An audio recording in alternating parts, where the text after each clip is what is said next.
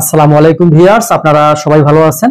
আজকে আমরা জানবো ছাদ ঢালাইয়ের পর কত পার্সেন্ট বিল হয়।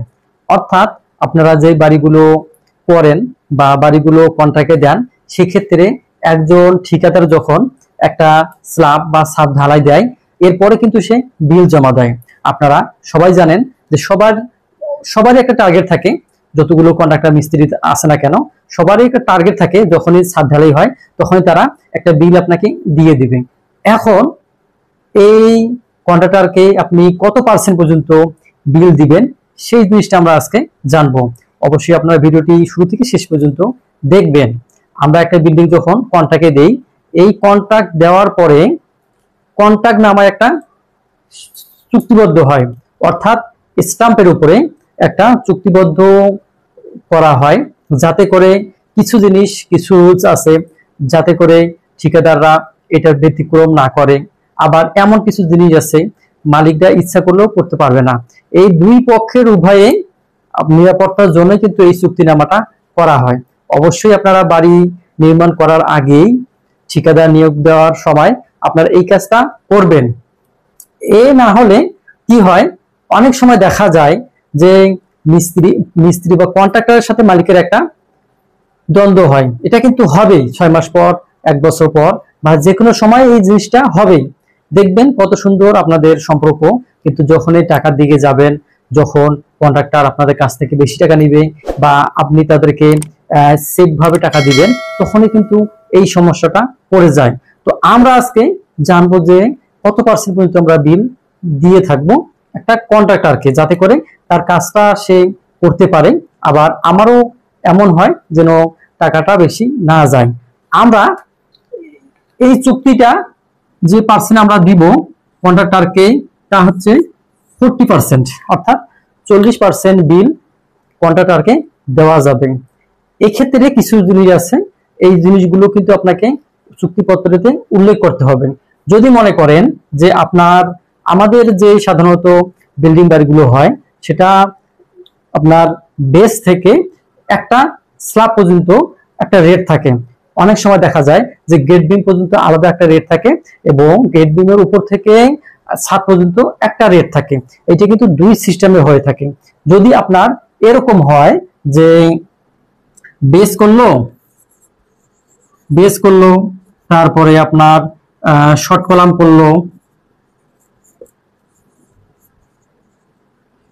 করলো প্লাস গ্রেড বিম করলো প্লাস কলাম করলো প্লাস স্ল্যাব করলো, তাহলে আপনি কি করতে পারেন, তাদের রিকোয়ারমেন্ট অনুযায়ী, তাদের চাহিদা অনুযায়ী আপনি এটা 50% বিল দিতে পারেন। এটা কিন্তু সর্বোচ্চ, এর উপরে কখনোই দেওয়া যাবে না। কেননা আপনাদের বাকি 40% যদি হয়, তাহলে বাকি থেকে কত, 60%। 50% যদি হয়, বাকি থেকে 50%। এই 50% কিন্তু আপনার ফিনিশিং কাজে দিতে হবে। আর সবসময় একটা জিনিস লক্ষ্য রাখবেন যে আপনার স্ট্রাকচারে যেই টাকাটা খরচ হয়, এর কিন্তু বেশিরভাগ টাকাটা খরচ হয় আপনার ফিনিশিং কাজে। কেননা একটা বিল্ডিং ফিনিশিং কাজ যখন শুরু হয়, আপনার ইট গাঁথা থেকে শুরু করে প্লাস্টার, এই কাজগুলো যখন শুরু করে, লিন্টেন, স্ল্যাব, আরো কিছু জিনিস থাকে, এই টুকিটাকি চৌকাঠ লাগানো, এই জিনিসগুলোতে কিন্তু টাকা বেশি যায়, মাথা রাখবেন। এই কারণে আপনারা যদি আপনার একটা রেট ধরে, যদি আপনার বেস থেকে শুরু করে একটা ছাদ পর্যন্ত কাজ করে, তাহলে কিন্তু আপনি রেটের 50% পর্যন্ত দিতে পারেন, এটা কিন্তু সর্বোচ্চ।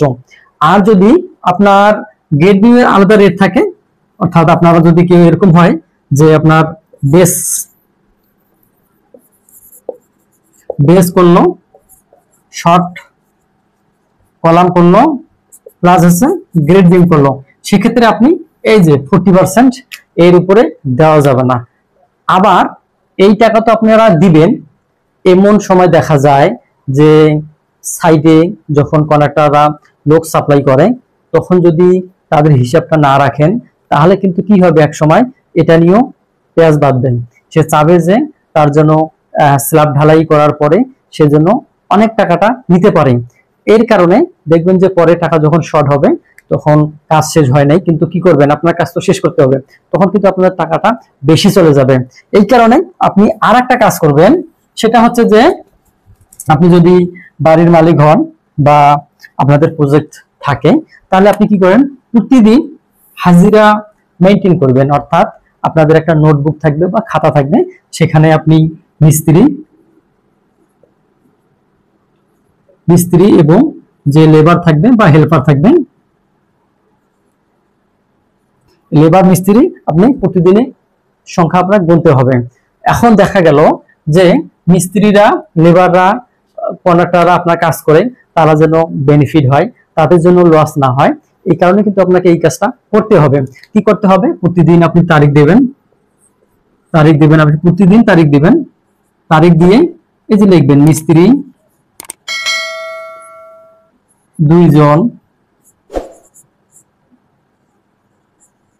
হেল্পার 4 জন, আরো যদি কন্ট্রাক্টর থাকে 1 জন।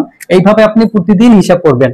প্রতিদিন হিসাব করে আপনি তাদের সাথে একটা চুক্তি দিয়ে আসবেন হাজিরা হিসাবে, সেটা 400 টাকা হোক, 500 টাকা হোক, এইভাবে হাজিরা হিসাবে আপনি এই টাকাগুলো তাদেরকে পেমেন্ট করবেন। এরপরে যখন আপনার ছাদ ঢালাই হবে, তখন আপনি বুঝতে পারবেন যে তাদের লাভ থাকলো কি লস থাকলো, এবং তারা আপনাকে অতিরিক্ত টাকা থেকে বিরত থাকবে। অনেক সময় দেখা যায়, আরেকটা বিষয় আমি বলবো, অনেক সময় দেখা যায় যে কন্ট্রাক্টররা অ্যাডভান্স কিছু টাকা নিয়ে থাকেন। অর্থাৎ বাঁশ কাঠ শাটারিং এর বাবদ প্রায় 50 থেকে 1 লক্ষ টাকা অগ্রিম নিয়ে থাকেন।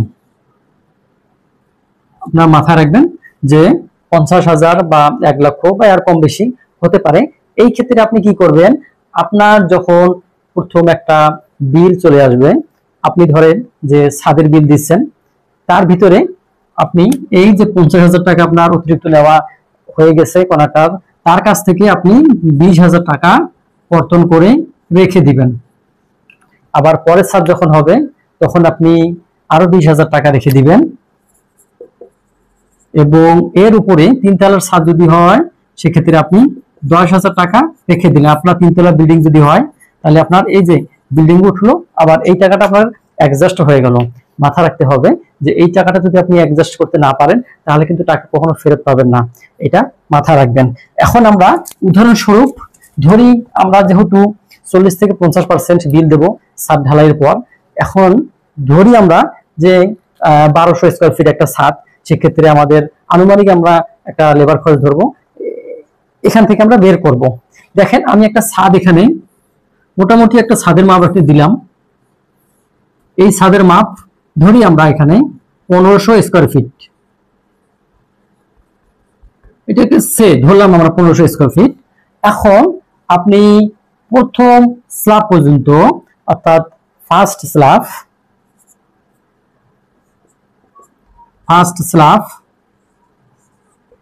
পর্যন্ত আপনার রেট থাকলো 250 টাকা পার স্কয়ার ফিট। আমরা কিন্তু এটা ধরলাম, এই মিস্ত্রি খরচ বা যে লেবার খরচ, এটা কিন্তু জায়গা ভেদে কম বেশি হতে পারে। আমরা সে ধরলাম 250 টাকা। সেই ক্ষেত্রে আমার এখানে বিল কত আসবে, আমরা 1500 স্কয়ার ফিট এর কি করব, আমরা এই যে দেখেন কত আমাদের আছে, এখানে আমরা যদি বিল দেই 250 টাকা করলাম, আমরা এখানে একটা চলে আসবে আমাদের বিলটা, আমরা 1500 গুণন হচ্ছে 250, 3,75,000, এই আমাদের এটা কিন্তু টোটাল বিল আসবে। এই ছাদটা সে যদি ঢালাই দেয়, তাহলে টোটাল আসবে।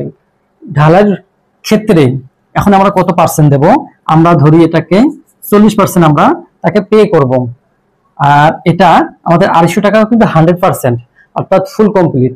একটা বিল্ডিং এর শুরু থেকে শেষ পর্যন্ত রাজের কাজ, রডের কাজ, এগুলো কিন্তু এখানে টাইলস, ইলেকট্রিক, স্যানিটারি, এগুলো বাদে, এগুলো আলাদা কন্ট্রাক্টর হবে, আলাদা কাজ হবে।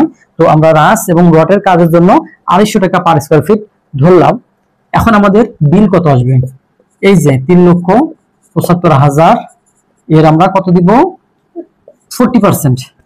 এখন এই 40% দিতে গেলে আমাদের বিল আসবে 3,75,000, এর হচ্ছে 40%।